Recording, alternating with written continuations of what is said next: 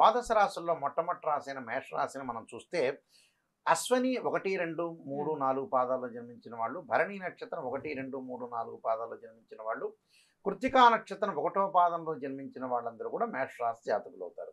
మేషరాశి వాళ్ళకి మనం వస్తే ఆదాయం అనేది 8 ఉంటుంది, వ్యయం అనేది 14 ఉంటుంది, రాజ్యపూజ్యం అనేది 4 ఉంటుంది, అవమానం అనేది 3 ఉంటుంది. హ్మ్. అయితే గ్రహగమన గతుల్ని మనం ముందుగా చూసుకుంటే గురువు మేషరాశి నుంచి మే 1వ తారీఖున వృషభ రాశిలోకి సంచారం చేయటం, అంటే కృత్తికా నక్షత్రం 2వ పాదంలోకి సంచారం చేయడం అనేది జరుగుతుంది. దానితో పాటు శని కుంభరాశిలోను, మీనంలో రాహు, అలానే కేతు వచ్చేటప్పుడు కన్యా రాశిలో సంచారం చేయటం, రవి బుధ శుక్ర గ్రహాలనేవి 30 రోజులకు పాటు ఒక రాశి నుంచి మరొక రాశికి మారటం, కుజుడు 45 రోజుల పాటు ఒక రాశి నుంచి మరో రాశికి మారుతాడు.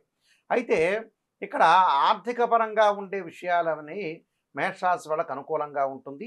అలానే ధనపరంగా ఇబ్బందులు లేకుండా ఉండే అవకాశం అనేది ఒకటి ఉంటుంది. కాబట్టి కొంత డబ్బు అనేది వాళ్ళు ఖర్చు చేసేది బంగారు ఆభరణాలు, అలానే పిల్లల యొక్క పెళ్ళిళ్ళు, వాళ్ళ యొక్క చదువుల గురించి ఖర్చు చేసే అవకాశం అనేది ఉంటుంది. అంటే వృధా ఖర్చు అయ్యే అవకాశం అనేది ఉండదు. కాబట్టి వీళ్ళకి ఆర్థిక పరంగా నిలదొక్కునే అవకాశం అనేది ఖచ్చితంగా ఉంటుంది.